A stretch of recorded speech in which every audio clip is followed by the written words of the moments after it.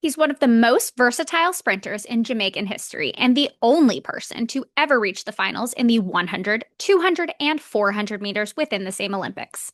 7 decades before Usain Bolt was representing Jamaica and making international headlines, Herb McKenley was breaking records of his own and setting the stage for Jamaica to become a track and field powerhouse.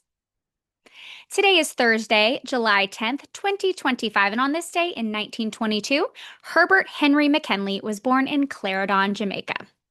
First, we'll discuss McKenley's early years, then we'll hear about his incredible career as a professional athlete, and finally, we'll learn about the lasting impact McKenley has had on track in Jamaica more than a century after his birth. I'm your host, Running Up That Hillary, and you are listening to Today in Running History.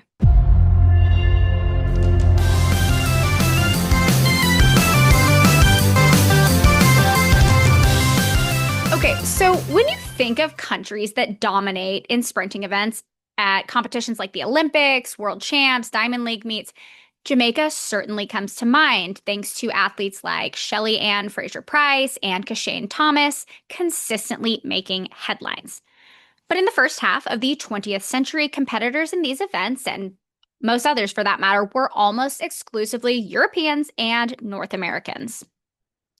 Herb McKenley was born in Clarendon, Jamaica on July 10th, 1922, the middle child of Alexander McKenley, a doctor, and Zilpha McKenley, a housewife. His father wanted Herb to follow in his footsteps and become a doctor as well, and his mother wanted him to become a violinist. So the focus at their home was on academics and music and not athletics.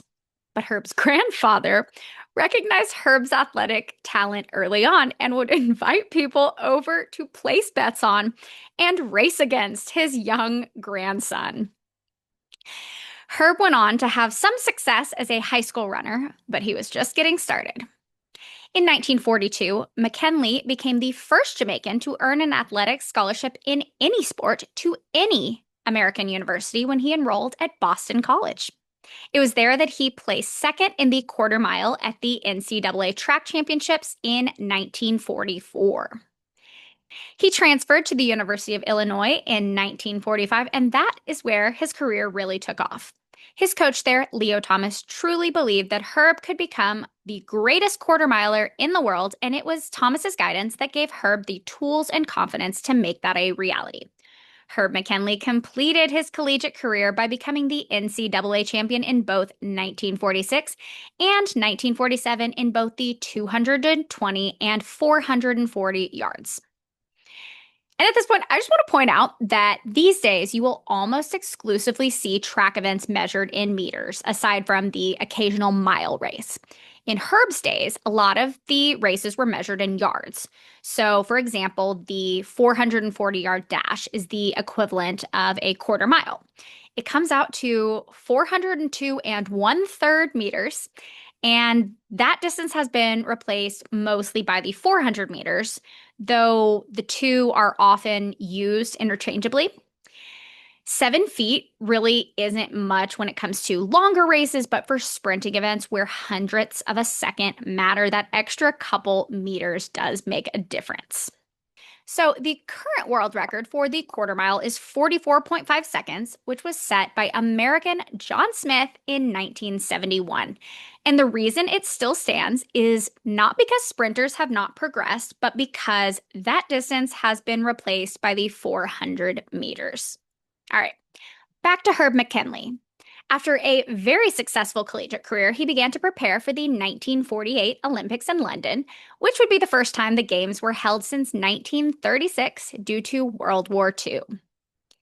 He broke the world record for the 440 yards twice, leading up to the Olympics, first running 46 seconds flat and then 45.9 seconds the following month. Remember, prior to the late 1960s, everything was hand timed, so McKenley's times were rounded to the nearest tenth of a second instead of hundredth. At the 1948 Olympics, Herb McKenley ended up taking the silver medal in the quarter mile, finishing just behind fellow Jamaican Arthur Wint, who has been cited as McKenley's running idol when he was just getting started. After the 1940 Olympics, McKenley's influence in track began to extend beyond his own running. In 1950, he submitted an extensive developmental plan to the Jamaican Amateur Athletics Association with the goal of making athletics more accessible throughout the island. That same year, he represented his country at the Central American and Caribbean Games, bringing home 2 gold and 2 silver medals. Then in 1951, he represented Jamaica at the Pan American Games, becoming the only person in history to medal there in the 100, 200, and 400 meters. And then it was time for the 1952 Olympics in Helsinki. First, McKenley earned 2 more silver medals in the 400 and 100 meters, and then he helped the 4x400 meter team win the gold. That relay race is considered one of the greatest performances of McKenley's entire career. He ran an incredible time of 44.6 seconds, which was a world record on its own. And then the team finished in another world record of 3 minutes, 3.9 seconds. With 4 Olympic medals and countless records under his belt, Herb McKenley decided to retire. But his contributions to athletics in Jamaica was just getting started. In 1954, McKenley started his 20-year career as a coach for the Jamaican national track and field team. During this time, he helped coach George Kerr and Lennox Miller to 2 Olympic medals each and contributed to the continued growth of track and field in Jamaica. It was also during this era that Herb McKenley sent the first Jamaican high school team to compete at the annual Penn Relays in Philadelphia. Now, this is the oldest and largest track and field competition in the United States. It predates the first modern Olympics, it predates the first Boston Marathon, and it has been held nearly every year since 1895. These days, more than 400 of the 15,000 annual participants are from Jamaican high schools, and Jamaicans hold the meet record for the men's 4x100 and the women's sprint medley. In 1978, Herb McKenley became the president of the Jamaican Amateur Athletics Association, where he served for 12 years. He also returned to his own high school to coach the boys' track and field coach to 17 victories. McKenley was inducted into the Jamaican Sports Hall of Fame in 1989 and remained involved in his country's track and field world in some capacity until his death in 2007 at the age of 85.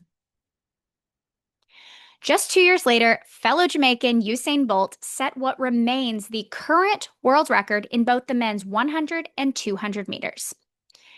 The saying usually goes, this person walked so that later on this other person could run. But in this case, it's more like Herb McKenley ran really fast so that Usain Bolt could run even faster. And that is all I have for y'all today. Thank you so much for listening. Make sure to like, comment, share, subscribe, tell everyone you know, and then tune in tomorrow as we hear about the 6 individuals who all ended up on the same Olympic podium for the men's pole vault. I'm your host, Running Up That Hillary, and this has been Today in Running History.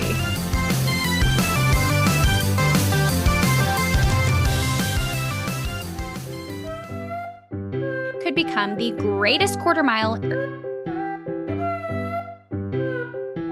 Jamaican me sound like an idiot, Herb.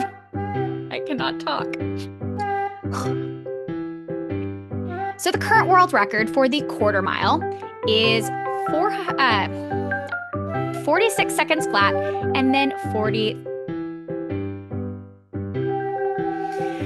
Oh, God.